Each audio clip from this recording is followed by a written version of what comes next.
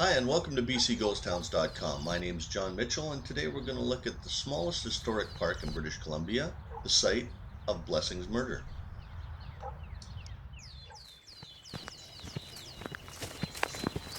In 1866, Charles Morgan Blessing departed Quesnel, colony of British Columbia, in the company of a James Barrie.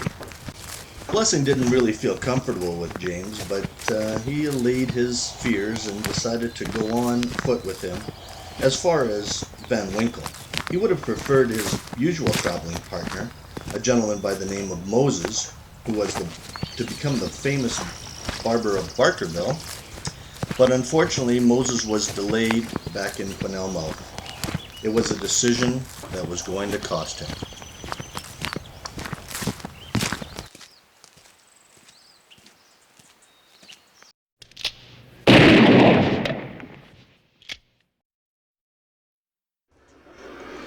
Poor Blessing made the mistake opening his wallet and showing a substantial amount of cash. And this hotel was pretty wild.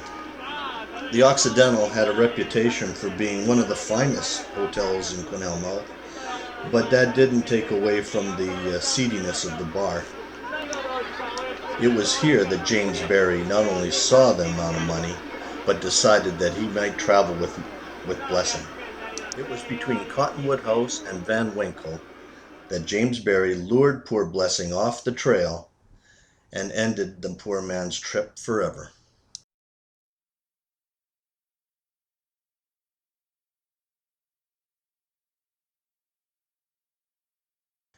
When the barber Moses made it through Van Winkle, he made inquiries as to whether his buddy Charles Blessing had come through, but no one had seen him. This he found odd, but it wasn't out of line. Back in Barkerville, Moses made more inquiries about Charles Blessing, but still no one had seen him, no one had heard. It was months went by when someone chasing a wounded grouse went into the bush and found poor Blessing's remains. Of course, they didn't know it was Blessing.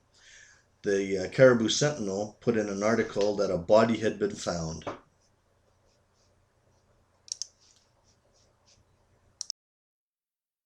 When Moses reached Barkerville, he made inquiries as to whether or not his buddy Blessing had shown up there, but to no avail. No one had seen him. He did run across that down-and-outer Barrie on several occasions, asking if he had seen him. He said, "What am I, his keeper? I don't know. The guy had sore feet. He went back to Quesnel. Leave me alone."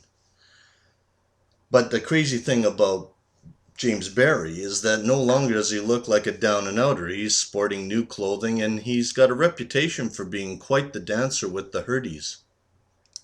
Of course, this did not sit well with Moses, but still, what could he do? Later, as the spring grew into early summer, word arrived that a body had been found on the side of the trail. Although the body hadn't been identified and wasn't mentioned in the Sentinel, it seems that James Barrie took to this opportunity to head out of town. A couple of days passed before Moses realized through the article in the Sentinel that it was unfortunate, but his friend had succumbed to the hands of a murderer. He immediately went to the local law, which was Mr. Cox, and Mr. Cox sent Constable Sullivan in hot pursuit of Barrie, who had been reportedly heading towards Soda Creek. When Constable Sullivan hit Soda Creek, he was surprised that Barrie had only left a few hours ahead of him on the stage bound for Yale. Unbeknownst to Barrie, the Collins Overland Telegraph Company had made it as far as Soda Creek by that time and were in the process of testing their lines. Constable Sullivan went over to the office and had them send a message to Yale. The message was, "Pick up James Barrie." When the local constable in Yale asked Barrie his name, Barrie gave him a false name, but was arrested anyway. Constable Sullivan went down, took custody of Barrie, and brought him all the way back to the town of Richfield, which is just outside of Barkerville. And there he was held to await trial for the murder of Charles Morgan Blessing. Back in Barkerville, the miners and merchants were sure that justice was going to be meted out by none other than Matthew Bailey Bigby. Barry had the whole winter to go over his testimony. Maybe he thought that he could get by with just saying that Blessing had trouble with his feet, which a few people knew, and had turned around and gone back and he hadn't seen him since. Or had trouble figuring out how he was going to justify the fact that he had money, because different testimony would show later that he didn't work for anybody for any length of time. Oh, and what about the gold pin? You see, Moses knew all about the pin. Blessing had explained this to him on many occasions. He was quite proud of this big nugget that was in the shape of a man's head that he picked up back in California. The unfortunate part was that the jeweler mounted it on a pin, but upside down. So unless Blessing actually explained to you and turned it around to show you, you wouldn't know that. Obviously, the murder didn't either, because the pin became an integral part of the conviction of James Barry. And what about the dancing? Hurdy-gurdy girls don't dance for nothing. They dance for $1 a dance, and Barry had plenty of dances.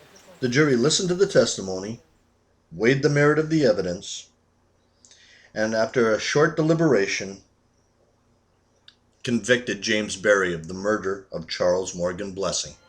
On August 9th, 1867, the down-and-outer James Barry paid his final debt.